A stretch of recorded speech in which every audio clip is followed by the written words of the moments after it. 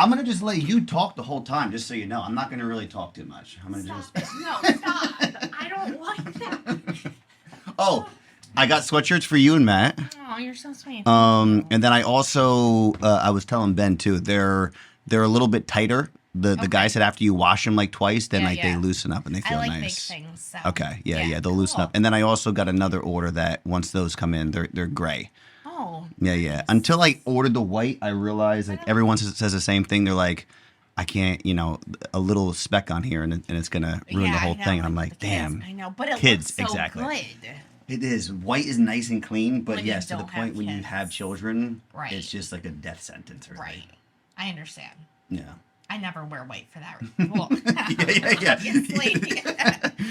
Cool. I'll move this over here. Yeah, put those over there. And See, I was like, I don't they think have anyone will these- ever be prepared as you Oh, are. I know. And for isn't it these so funny things. how I sent you, like, not the right thing? I had been preparing, like, weeks ago, and that was just, like, my first template. And I was like, oh, my God, Corey's probably like, how do I tell her that there's nothing on here? I don't know what to call her. I was looking and I was like, okay, like, maybe she just has a few things that she'll be able to use as like talking points. No, I'm like... And then I saw this and I'm like, oh, she's ready to go for tomorrow. I then. know. Perinatal. But infertility issues. I keep saying prenatal, which is clearly obviously 100% wrong. But Well, no. Prenatal, isn't that a word, though, prenatal too? is when you are pregnant. Gotcha.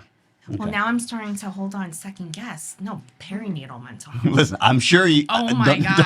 Don't let Hold on. Don't let me make you second guess. Whatever you're saying, I'm sure is absolutely right. Okay, hold on. I have to shake out stuff. Shake it out. Do you get nervous?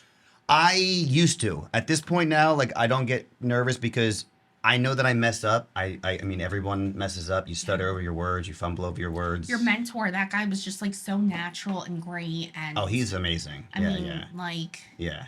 Don't compare those episodes to anything that, or feel like you get to live up to something. Like, he's just sitting back. He's just like talking. Just pretend you're out to lunch. yeah. I know. I just have to pretend like I'm just talking to a client. I That's never it. get nervous. I No.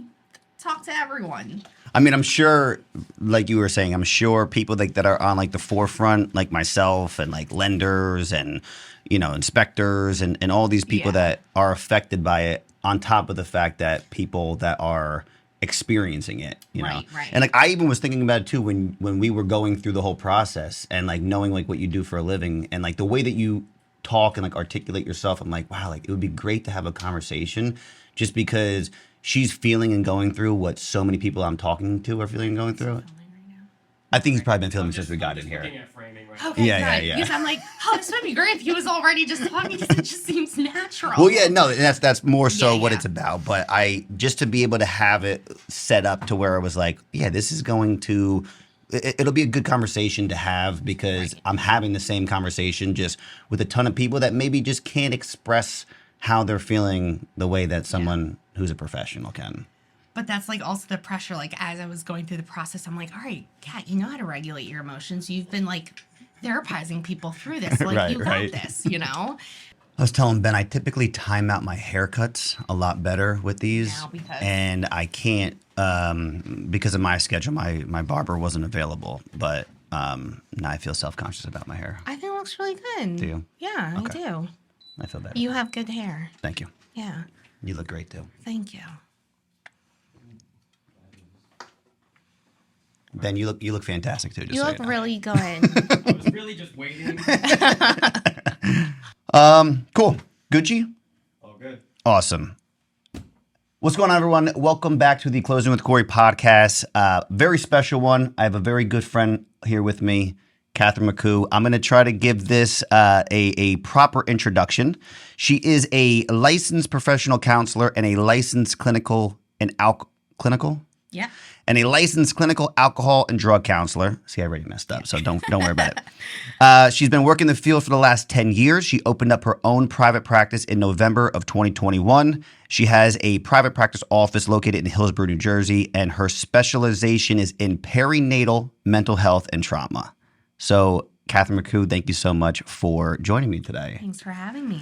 I was talking a little bit before we started recording, or if Ben probably got it, but you and I, number one, we know each other on a friendship level. I obviously know your husband, Matt, on a very good friendship level as well, too.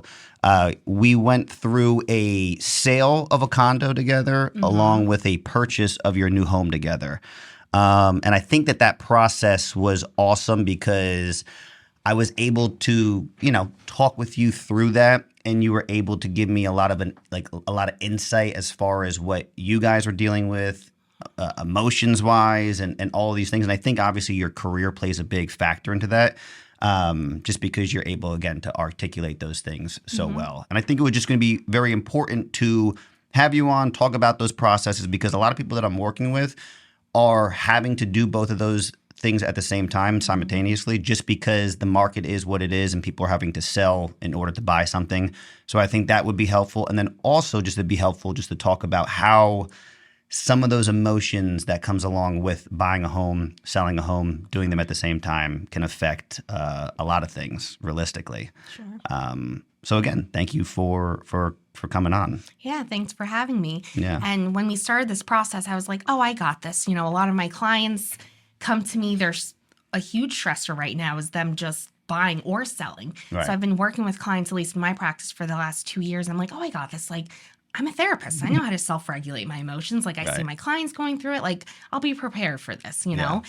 But it is that therapist role goes out the window when you're just a client. And exactly what my clients go through, I definitely went through. Yeah, firsthand. Yeah. Yeah, I'm sure like giving the advice and being, I don't want to say not in the driver's seat, but just being able to see it from hindsight. And it's like everything will be, here's what you're experiencing and talking people through that. And then once you get put into the driver's seat, it's like, holy crap, like this is a lot happening at one time. It's hard to really manage and maintain it all. Yeah, definitely. There were so many times where during sessions I wanted to be like, I get it. That just happened to me this week. But it's not about me. It's about my clients. But I was totally able to relate on so many things. Yeah. Yeah. And you're also going through another stressor right now, which is you're renovating your home and that whole process. So I feel like it's been one stressor to the next from the last, I don't even know how many months now from when we listed the condo. Yeah, and then also to add in that I gave birth 8 months ago. Yeah. So as I was like thinking of certain things to say, I was like, all right, well, if I could give one advice, it's don't start looking for a house like 1 week postpartum because your emotions are just going to be a little bit, higher than most times. Yeah. Yeah, I guess, I would like to start off to figure out where what kind of conversation, and I'm sure you and Matt had, that sparked the idea of, hey, we're going to have to get into the market of buying a home, which obviously is going to translate into also selling our home, on the home front, kind of how that beginning process started out for you guys in particular. Yeah. Well, I think we could probably relate to a lot of people where I think we started with you, probably over a year ago. Yeah. And we had continued to get outbidden. Right. And then Matt and I just kept saying, you know what, maybe we'll just wait until the market gets better. When the interest rates drop, the housing, houses just get cheaper. Yeah. And that's kind of what everyone was saying. Every time we would tell people that we're looking, they're like, this is the worst time to look. And we're like, is it? Are we making a mistake right now? Yeah. But then we just said, you know what, let's just get a house. We can refinance in the future. When the market does get better, then everyone's going to be coming in. Yeah. And it's going to maybe be even worse where people are going to be bidding 50 people on a house. So we might as well just do it right now. And then we definitely went for it harder right after we had Jack, our second son, because we were living in this townhouse. It was 2 bedrooms. Yeah. Every day it was just getting tighter and tighter. So then Matt and I were talking. He said if there's ever a time to make money off of a townhouse, because when we first bought the townhouse, we were like, well, maybe in the future, we'll rent it, kind of always have it. But we said right now is the time. Yeah. I was seeing the townhouses in my area selling for so much more. And I'm like, let's just go for it. Let's just sell this. Let's buy. I don't really foresee the market getting better in the next 6 months, and I do not foresee myself not getting overstimulated in this townhouse with 2 kids, toys everywhere. Yeah. And I kept following everything that you put out there, all your content. I was constantly checking in with you and, feeling optimistic that, what, it can happen right now. Yeah. Well, I mean, you touched on a whole bunch of stuff that it's the same conversation that I have with a lot of people. And number one is like the outside influence, as far as just to what you said, like even the conversations that we had. I know that there was conversations in general in passing as far as this is the worst time to buy right now. Like, just I guess getting over and getting through that is just such like a pivotal point for number one, for a buyer. The selling side, I guess, not so much, just because you're a little bit more in control depending on what the second step to that sale is. Like, so if you do have to sell and then buy something, you're still going to be in that boat. But a lot of people that I've worked with is they'll do the same thing. They'll be like, hey, so-and-so told me that this is the historical lows right now, or the highs for the interest rate, or this is like the worst time to buy. All those things is such a hard process to get through. And then to your point, as far as, hey, we'll buy now, we'll refinance later. Like that looks like that is like the overall solution, not even to a problem, just to what like the reality of the market is right now. Yeah. And I know that we talked about it a bit, and yeah, just to your point too. I mean, we were probably talking for a little bit over a year, which I think is also important too, because some sellers, and rightfully so, they'll reach out to me with a much more like, I need to list the house in a couple of weeks type of time frame. And that's not it's not the worst case scenario, but it doesn't really give them the respect of understanding the whole process a little bit and being rushed into the process, or feeling rushed like about like the whole process. And then the way that we did it was great, because we saw what condos within like that area were selling for. And we saw, I did my research to call the agents that, when they were under contract, to be like, hey, how many offers did you wind up getting? Like, was it crazy over asking? Just so then once we were ready, it was like, I think we even had your list price like higher than what we were originally thinking. Like, just waiting those extra couple of months benefited us financially in selling. Yeah. Yeah. It worked out because we at least were able to have that conversation. And it was also too, I think even like we talked about, it was like, I can't really predict what this house will close for. It's listed for this, but then I was like, wow, this closed for this. So now we can really be able to have a little bit of backing to go in at a higher price than what some of these other, comps close for. Absolutely. And just even thinking about just the stressors and just selling and buying at the same time, like what we ran into, we were like, wow, we can make so much money on this townhouse. We could put it towards the next house, but then we discuss contingency and how that can affect us being picked. And so I think that was probably a con in this situation, because we would have loved to have that profit up front to be able to buy, because then we would have been able to put more down. Maybe we could have, looked for houses in maybe a slightly higher price range because we had that extra money. Right. So I guess if anyone is looking to buy and sell at the same time, not that you can't with contingency. I mean, you made it very clear, like it's possible. It just may take a little longer, or everyone's situation is different. Yeah.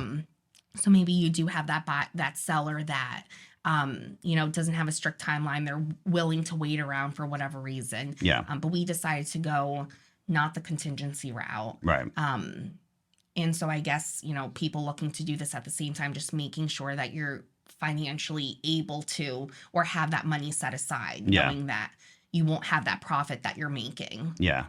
Right there. Right up front. Yeah. Yeah. And that plan ahead of time is what I talk to every single one of my buyers about, as far as like, be prepared and understand not only what your price point is, but then also like what that breaks down to as far as like a monthly payment and how taxes affect that. If you're looking within an association, how your HOA is going to affect that.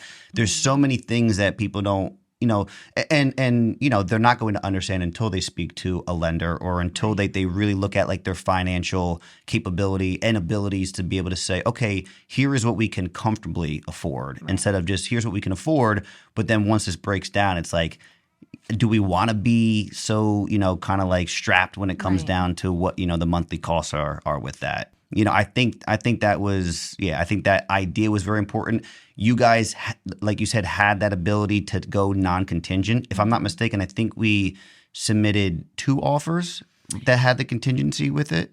Yes. Yeah. They were denied. Yeah.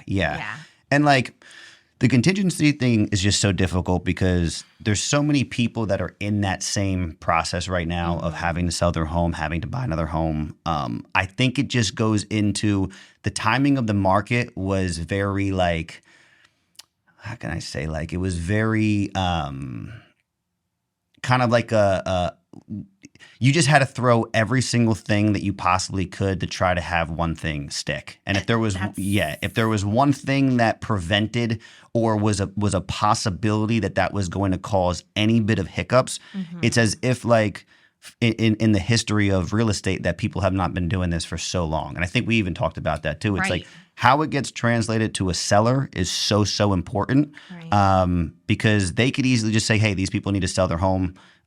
These people they're going to, what happens if the homeowner appraises, what happens if they have issues, which are all, representing a seller, you want to have that conversation. Because even when we were selling your place, I said the same thing where I was like. And if there was someone who was coming in contingent, I would have been like, throw that away. Right. Which sounds terrible because that was the person, like that could have been me. Right. But you want to go with not necessarily the highest, but the strongest offer. Yeah.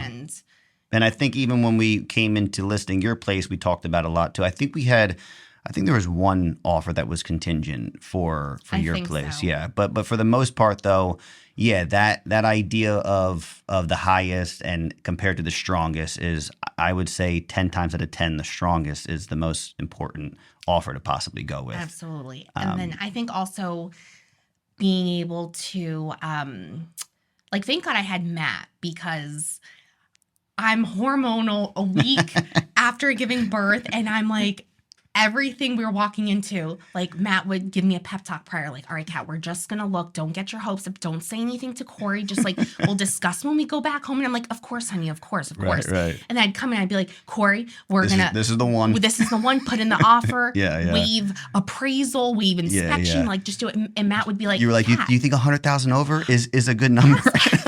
I'm like, a second. Yeah. And Matt's like, no. And I'm like, okay, you're right, babe. Like, we'll talk about it after. And then I'd whisper to you, like, we're going to submit an offer tonight. Start writing it up. And here I am, like, we'll put 100 over.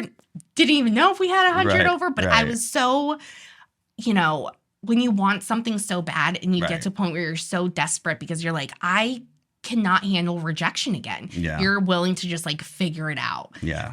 So thank God I had Matt to like balance that out. Because Matt is that very calm, cool, collective, like just smooth. Why I married him. Of course. No, that's great to have like that partnership and like that team type of like mentality. Because there's always like that dynamic of like, I need this yesterday. And then also it's like, well, let's look at the full picture and like, let's just take this kind of step by step. But I think in the position, to your point, just having another baby and the house itself, the size of it.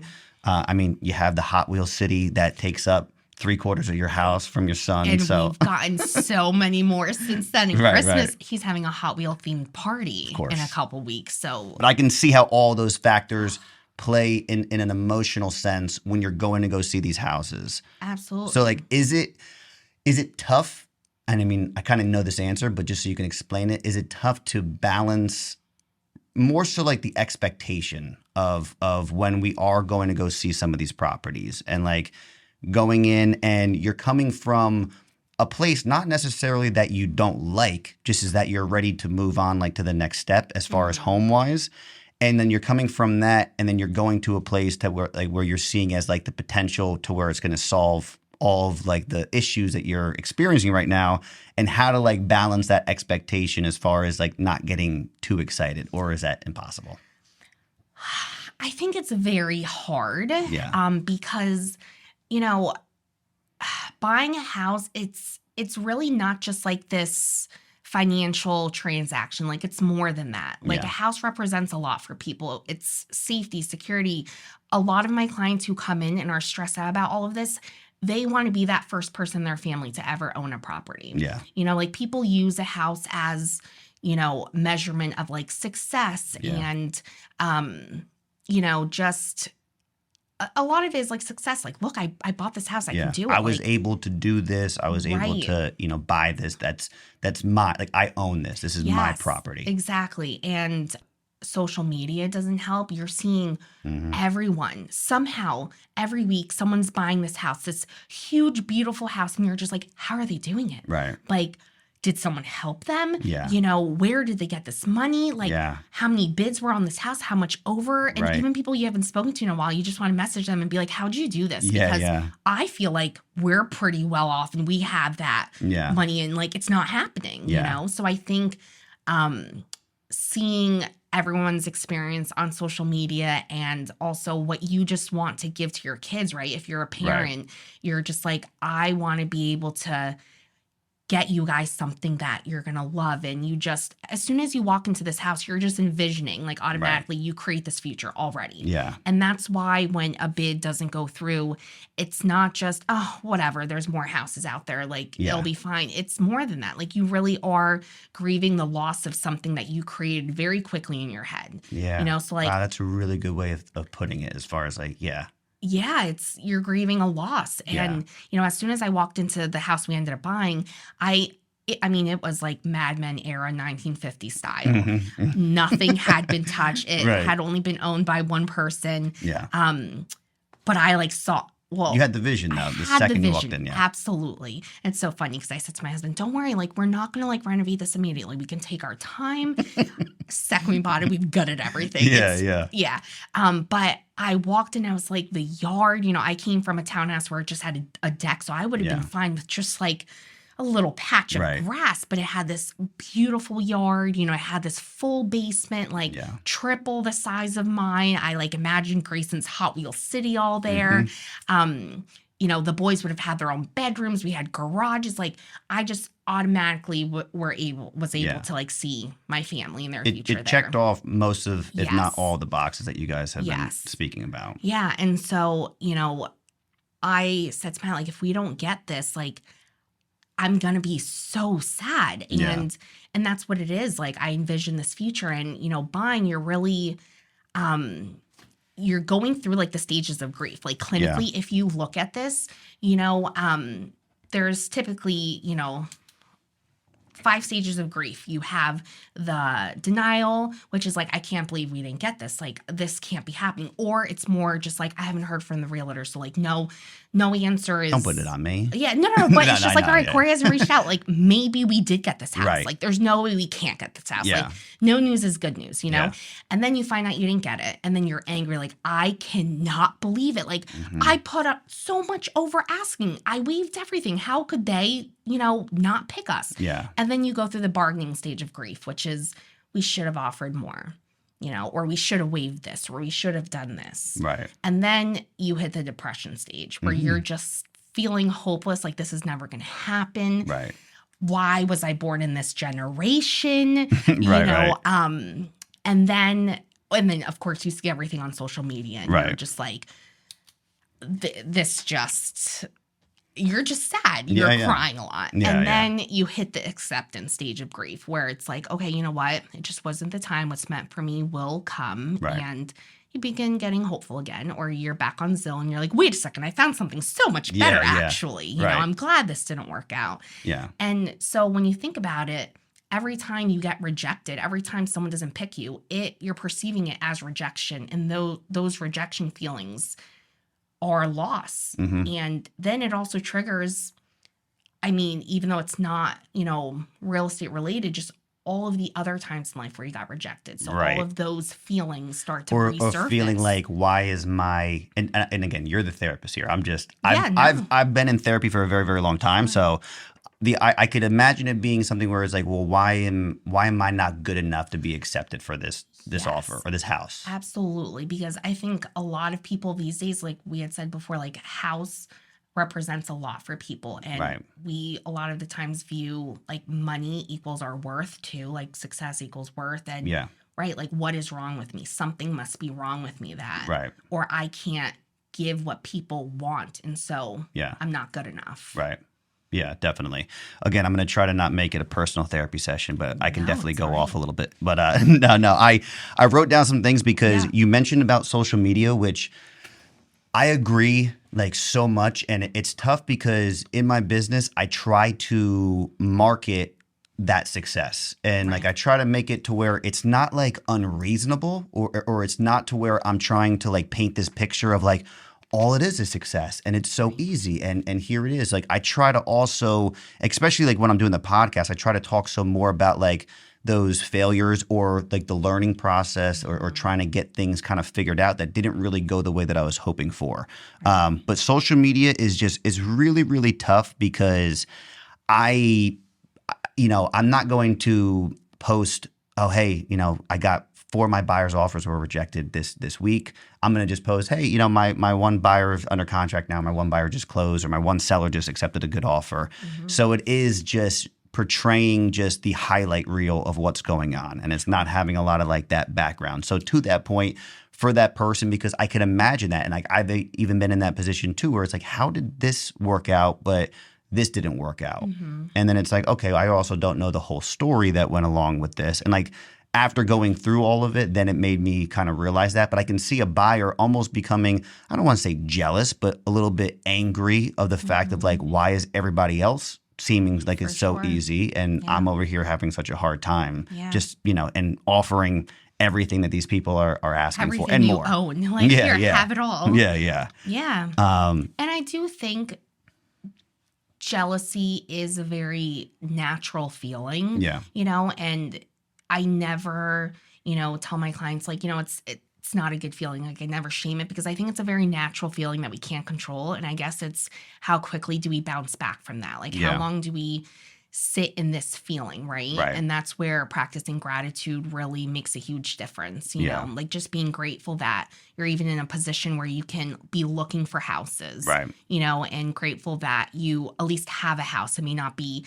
the house that you want or a huge house, but right now you have a roof over your head, or you have parents where you're able to live with them in between, you know, and just reminding ourselves of all that there is to be grateful for, because it's really easy during this process to look at all of things you don't have, especially when you're on Zillow and you're just like, I want that house, but it is way over my budget. Right. You're hanging out on Zillow every day at night when you're vulnerable, tired after a long day of work. And then you're laying in bed looking at Zillow and just getting sadder. And then I'm sure matching that up with social media, it's just like a perfect duo of just depression, basically. Definitely. Yes.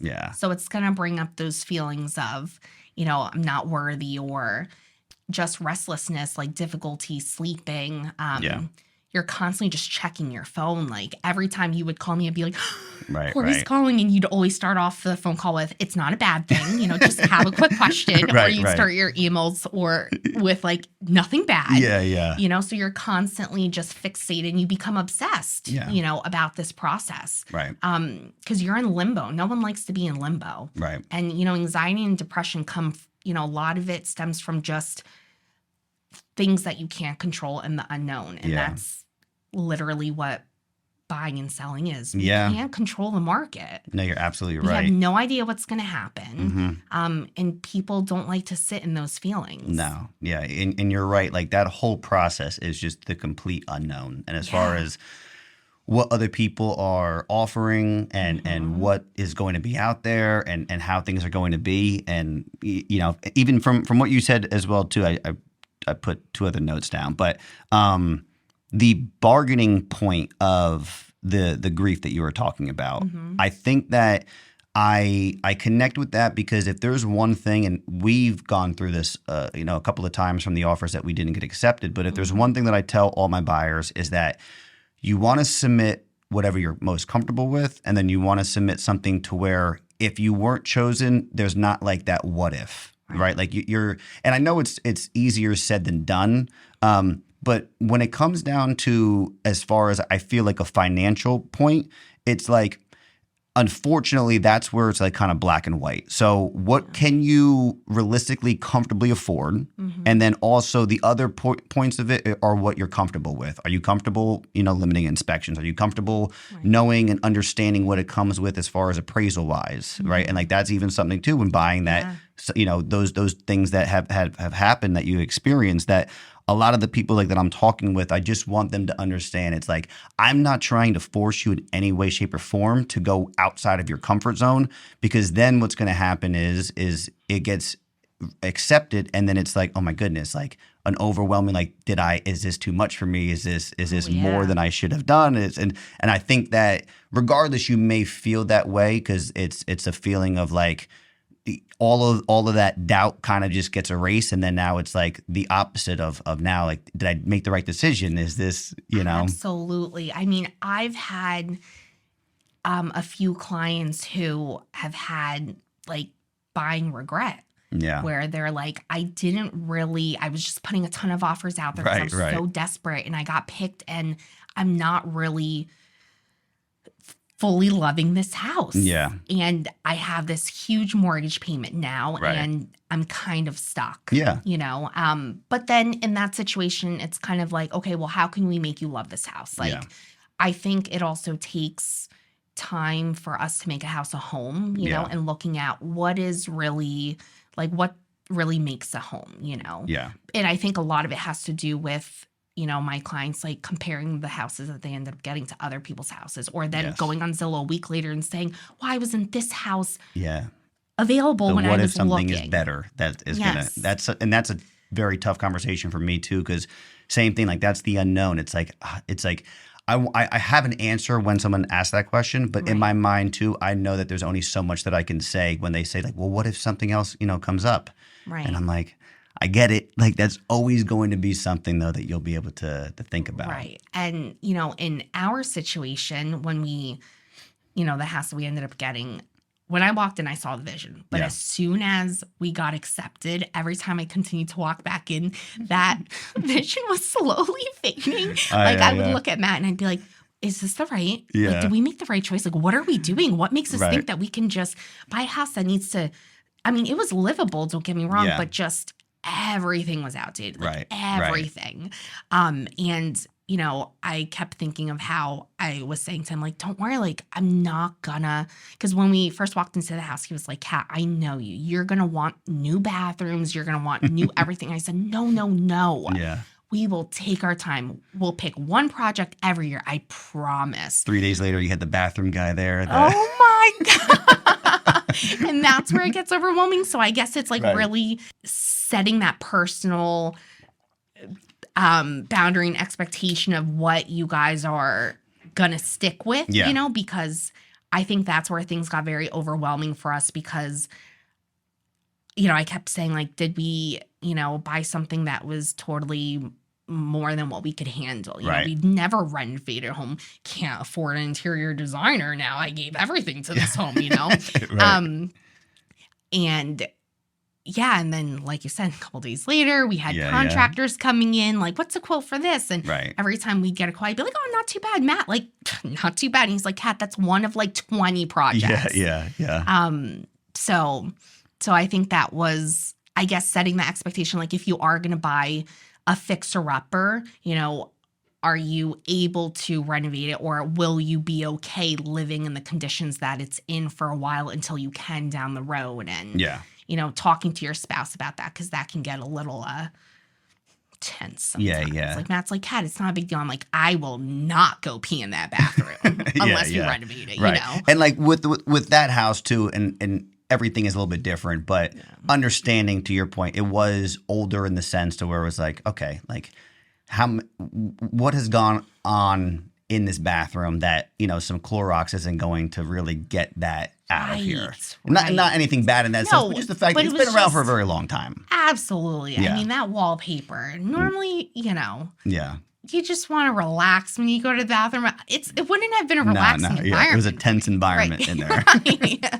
All right, let's take a quick break to talk to you guys about title insurance. You may not know this, but when you're buying a home, there's a lot of work that goes into getting to your closing, including title insurance. Title insurance is the financial protection due to property defects for mortgage lenders and home buyers.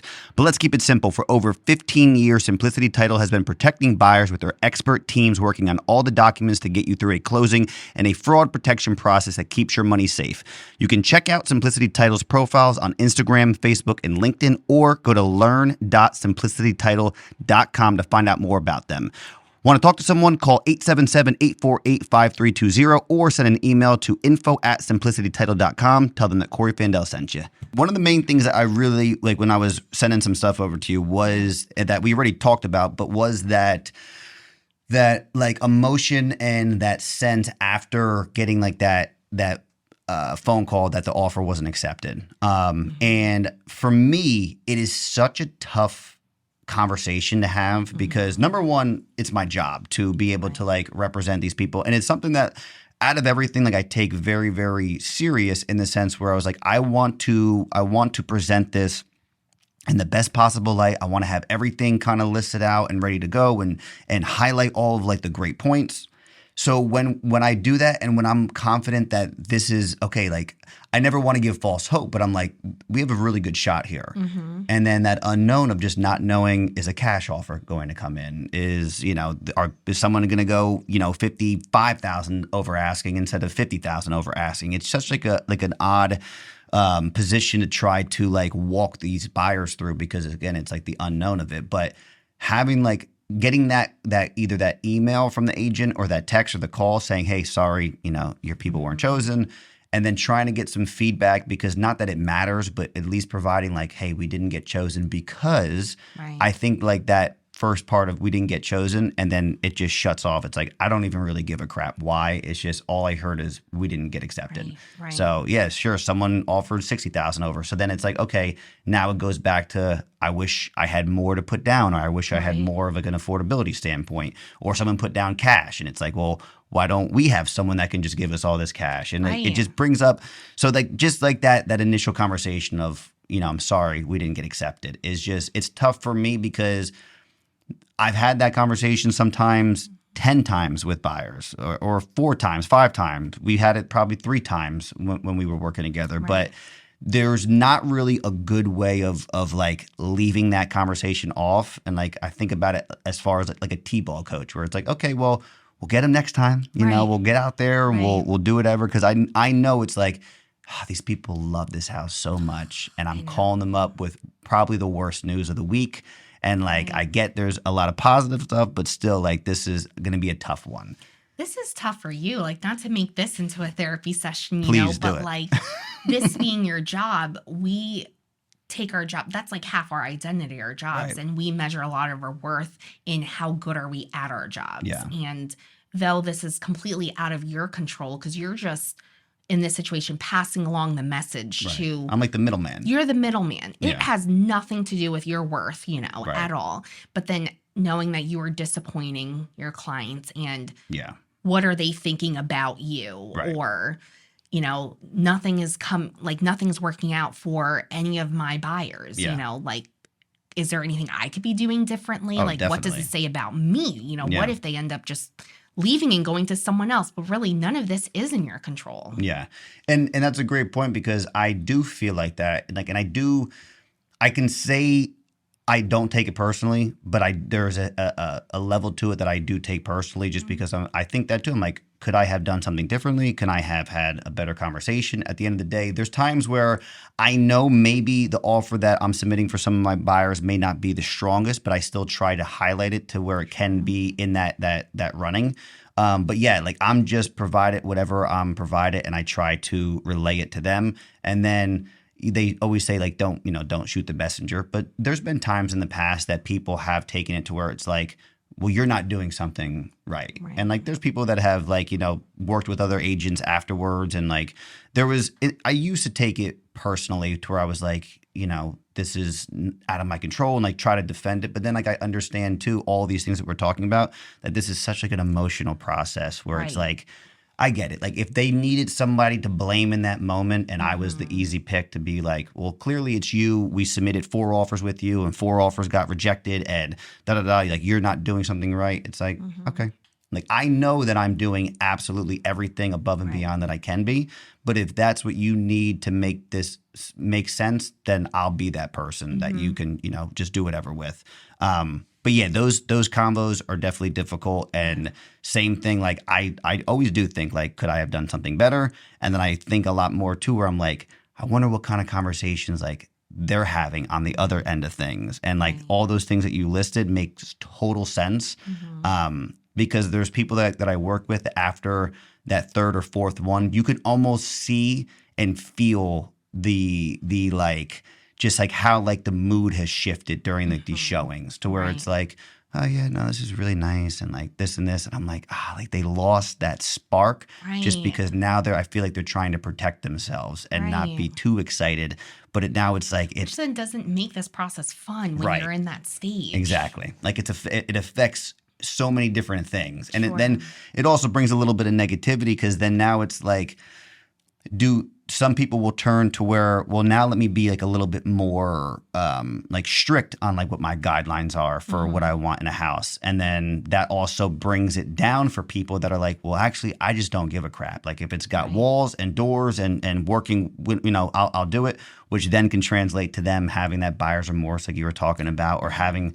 So there's so many things like integrated within the process of that buying that affects people differently, and it just depends on how they're able to really handle it. Yeah. And then, you just imagine like when they come home after going to see all these houses, it's really hard to be present at home, especially if you have kids, to just like come home and be like, hey, kiddos, like, how are you? And you're just so beat and so feeling so hopeless. Right. And it makes everything hard, Yeah.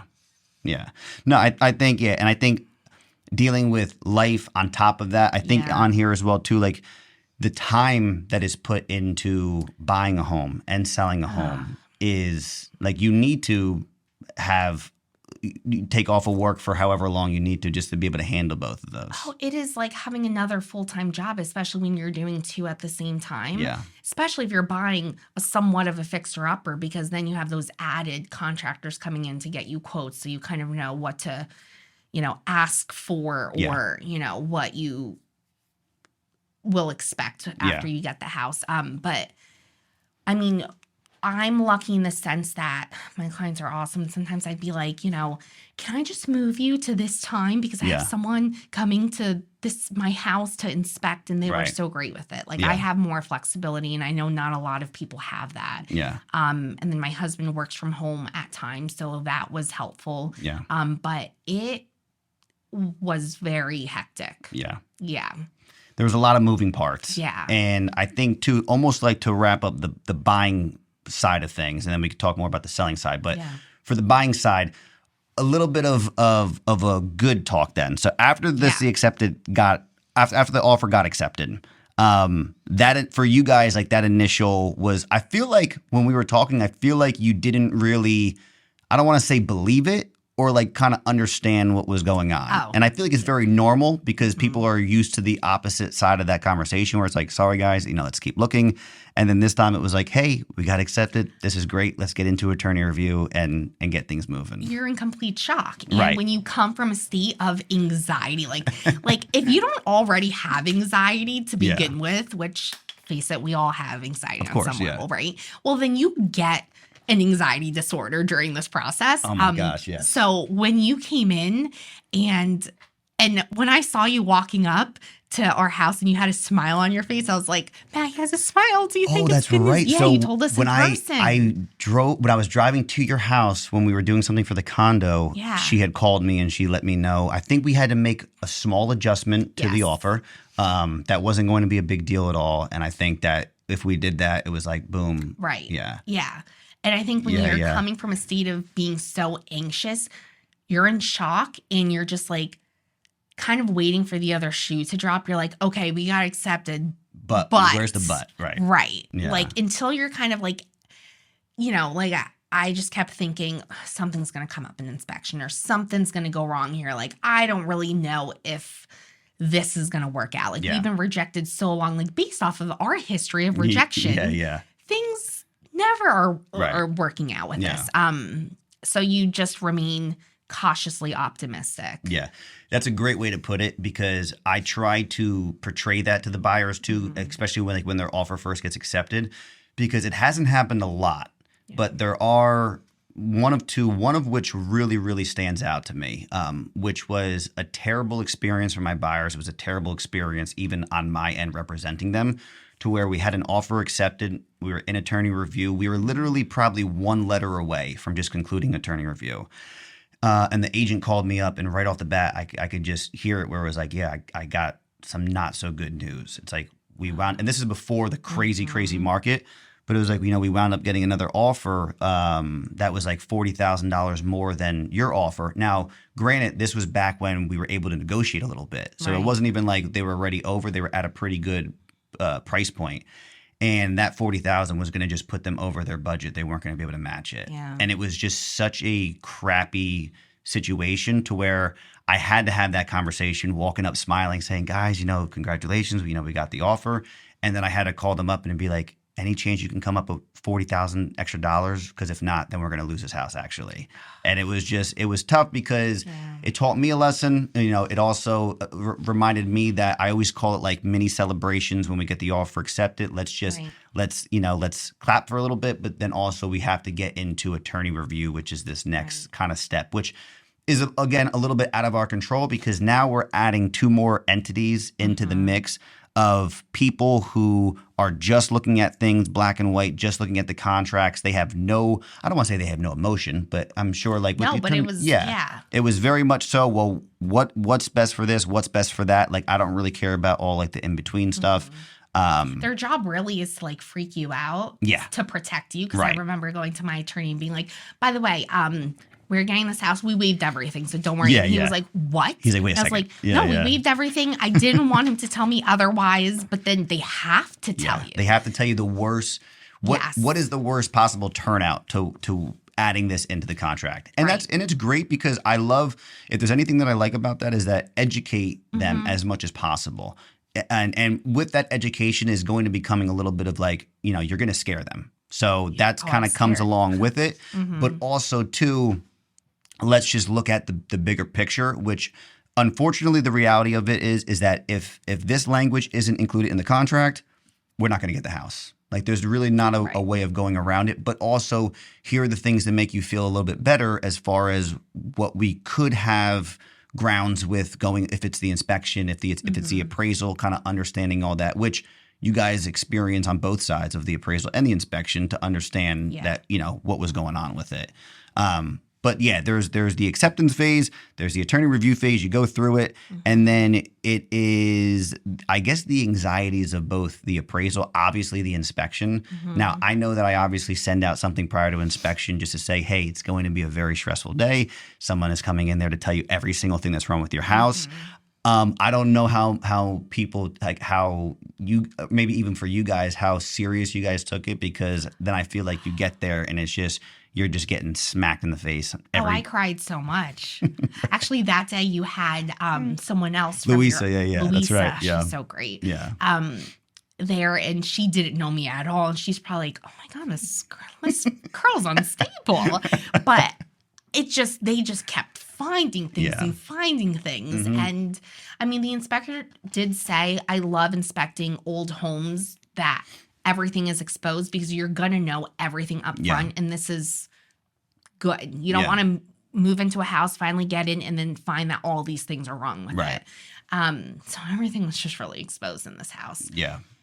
And then you go home and you're like, did we do the right thing? Right.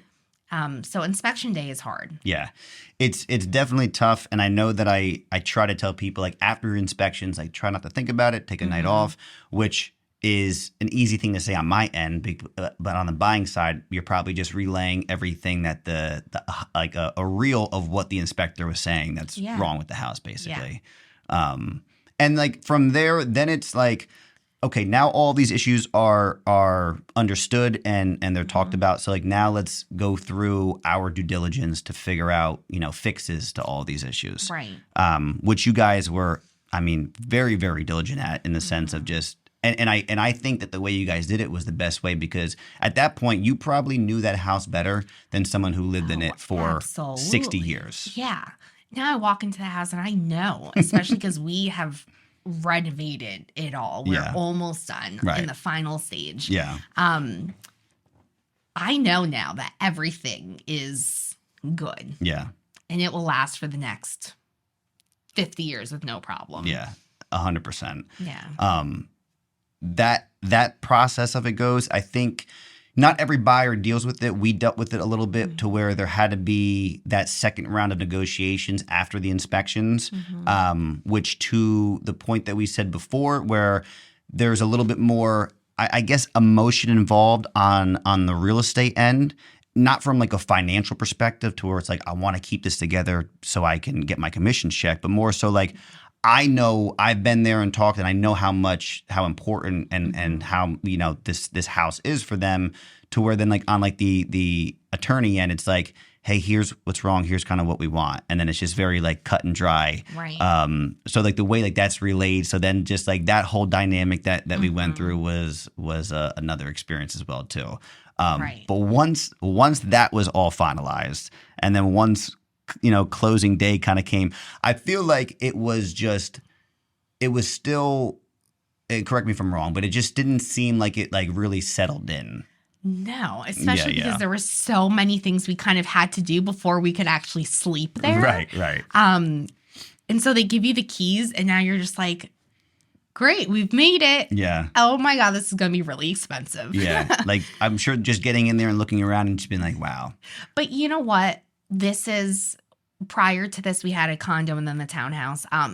But to like finally get a house, Right. you know, that day I could have seen on social media any other house that was 4 times the size. I didn't care. I was so proud of this house. Like, we made it. You know, there was a time, you know, when we were looking at how the market was, and we were like, we don't know if we'll ever be able to get a house. Like, we had our townhouse, you know, we owned it, but a house with like land, and, you know, you think you're doing everything right. You're working hard. You're doing it all right. And you're just like, I don't understand like why we can't get this. And then you just are pissed that you were born in this generation, that you have student loans, and, you know, the list goes on. But there was a point where we kind of were talking about accepting that we may just be in our townhouse forever or for a really long time. So to get this house, it was such a, like, you do measure your worth a lot with what you have. It's like, oh, we're now worthy. Like, we did this, you know.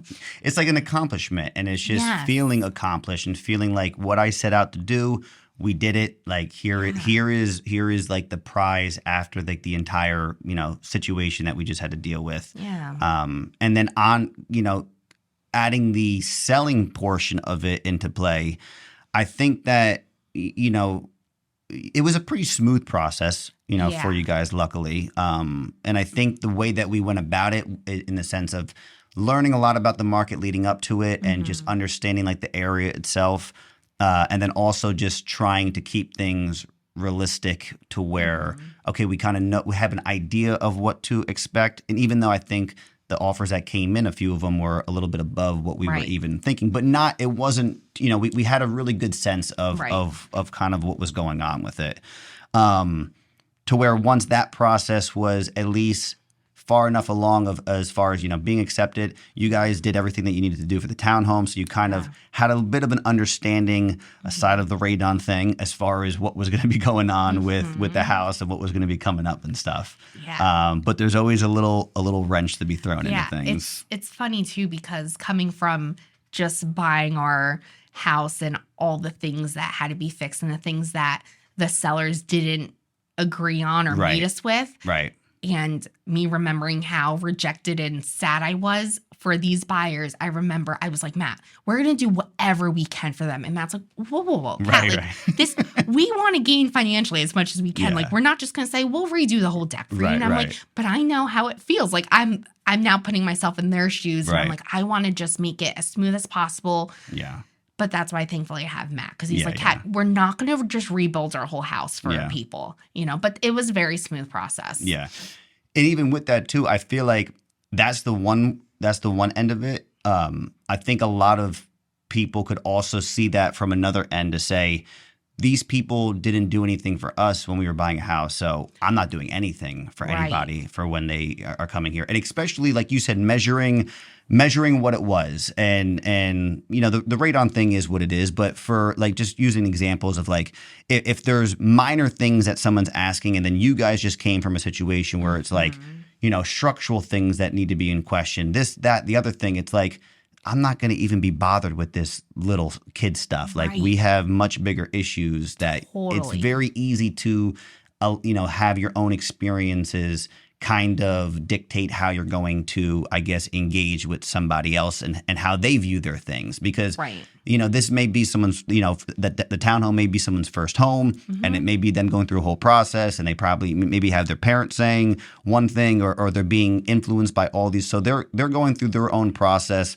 And then, someone else is going through theirs, and like how those kind of connect is always, Yeah. interesting. I was the person that just had that much more empathy for Yeah, them. right. I mean, I'm an empathetic person to begin with. Yes, you are. And I think also your job probably Yes. has that. Yeah. Yeah. But I just wanted to make it as easy as possible to Right. prevent some like emotional trauma to others. Right. No, for sure. And like, the sale happens, the closing happens on your home, renovations obviously start, but was there, like, do you know about how, if it may still not feel settled, but do you know how long until you finally felt like a little bit of like a calm from the whole, like, lack of a better term, like storm that you guys went through between the buying, the renovations, or like the quotes, the estimates, the selling portion of it, moving, switching things over, all that stuff, to where it's like, I kind of feel a little bit like calmer now.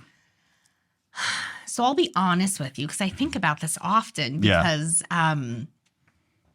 I talk about it often, because even right now we have contractors over. Yeah. It definitely feels like home. I don't think 100% it does yet. I mean, we're in like our phase 2, like we're almost done, but I think the spaces that we're actually living in are complete. So I think once I was able to actually hang things on the wall and actually build my son's nursery and just, I think it's more hanging on actually having people over and being like, this is our house, and like hosting dinners, and now we're making these memories. And Sure. so I definitely feel like 80% right now. Yeah. It feels complete. I think once everything else is done, because having to deal with the township and the permits, and It's a nightmare. it's just like phase 2 of the aftermath of buying, Right. But it definitely does feel very homey. I think hanging things on the wall, having people over, so making memories in there, and especially after you pay your first mortgage payment, which is definitely higher than a townhouse. You're like, okay, it's pretty permanent. Like, Yeah. This is happening. I own this now. Right. I do think I would say it probably took about like a month or so afterwards. Gotcha.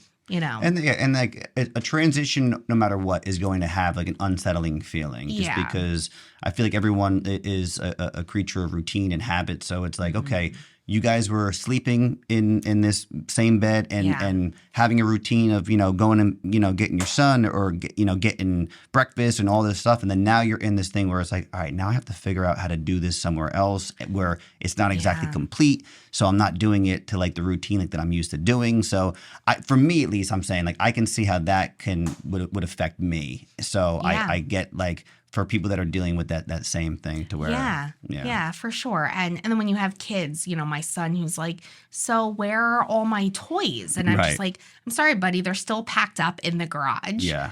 We can't unpack everything total because not everything is ready. So it's like you have that constant reminder, and he's constantly like, well, can you go find me this one toy? So then you're going in the garage, you're looking in the boxes. So I won't feel fully settled until there's no more boxes. Right. But I'm the same way as well, too. We're so close to that. Yeah. So I do have to just remind myself, like every day, it's like a practice of like reminding myself to be grateful that we have the house. And, 8 months ago, this is what I was dreaming for, So. Yeah, 100%.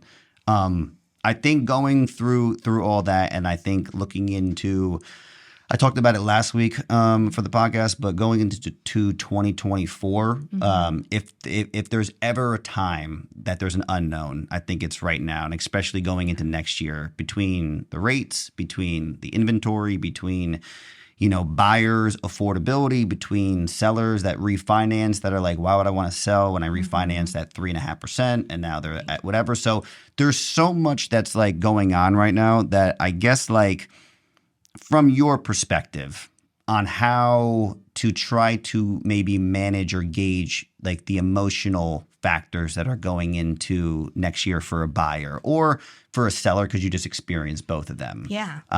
Just what, if any, advice that you would be able to give to have somebody kind of be like, okay, like that makes sense. Like I'll utilize that. Yeah. Well, I'm a little biased with this first advice, but therapy. I think therapy is such a great outlet. Like find yourself, and it's self-care too. You're committing yourself to 1 hour a week to just talk about these stressors, right? Because therapists, well, I guess I could speak for me. I'm going to help normalize it all for you, you know? So I think just therapy, having the outlet to talk about it. I think really just setting that personal boundary for yourself and being on the same page with your husband of what really is our budget, like what will we really be comfortable with, so that you can, you know, really not get your, you know, not change your mind when you're out there, say, you know what, we'll put 50 over, you know, and then get stressed out. So really just setting that personal boundary of what your limit is. You know, I'll always talk about like self-care, like just taking care of yourself, like your basic needs, you know, like getting outside, getting sun, you know, nourishing your body, disconnecting.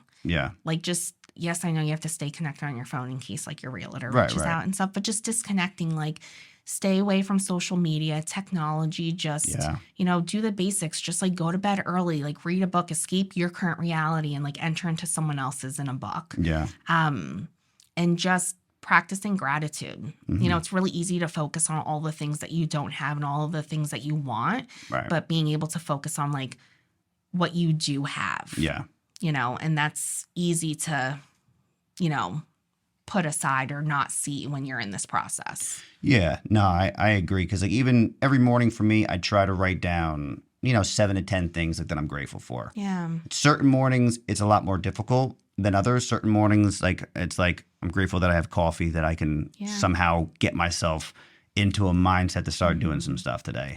And other days, it's a lot easier to recount like the things like, but I agree that when you're in it, it's very tough to your point, to disconnect from it, because it's probably like for these buyers, it's like, okay, waking up, let me check my emails to see what properties got sent over. Let me also double check on Zillow. All right, let me, you know, do whatever, see on social media. Maybe, God forbid, someone bought a home like the night before and you see the pictures and it's like, oh, great. Happy for them, kind of. Also hate life because that's not me right now. So there's just, you're constantly, when you are that connected, you're constantly almost like reminding yourself of almost what you don't have and what other people do have. And it's just, that could be very, very difficult.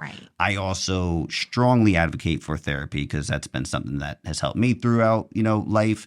And I think for people that instead of thinking about it on a day-to-day basis, being able to talk about it for 1 hour a week makes a huge, huge difference for sure. Absolutely. Social media. And that is, for what people are posting, is tough to, I guess, everyone knows at the end of the day that you're not going to post a sad picture. Right. Obviously, God forbid, knock on wood, someone passes away or something happens. You're going to do like a memorial type of thing. But you're not going to post a bad day.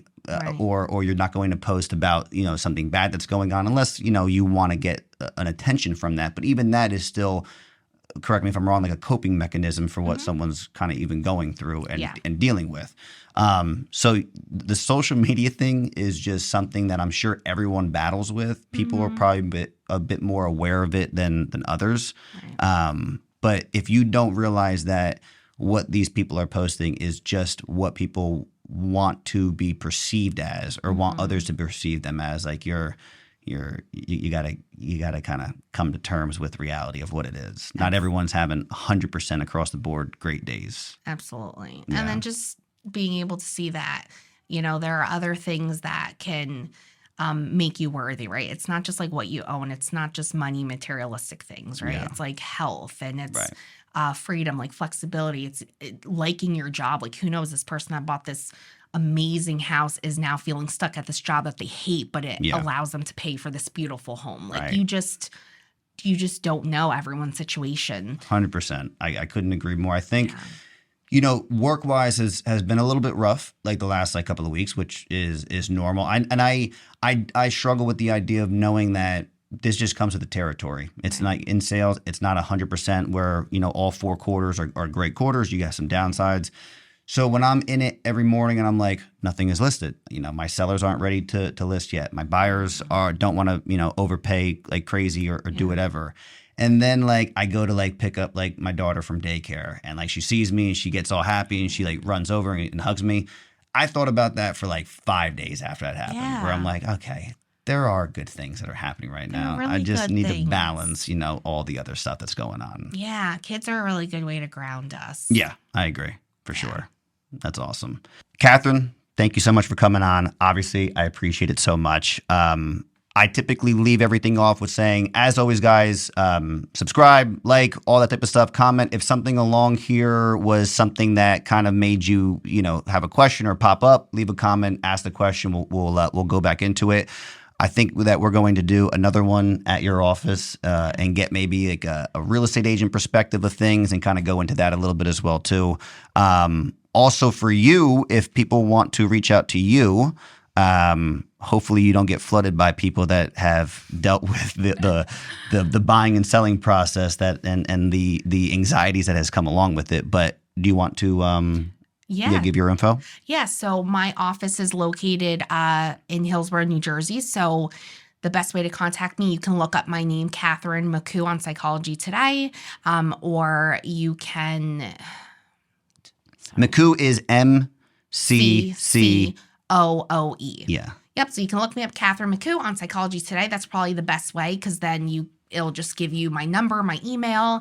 And I do take insurance. So I am in network with Blue Cross, United Healthcare, and Aetna. So awesome. Thanks for having me on here. No, thank you Corey. for coming. That was awesome. Yeah. I really appreciate it. Beautiful.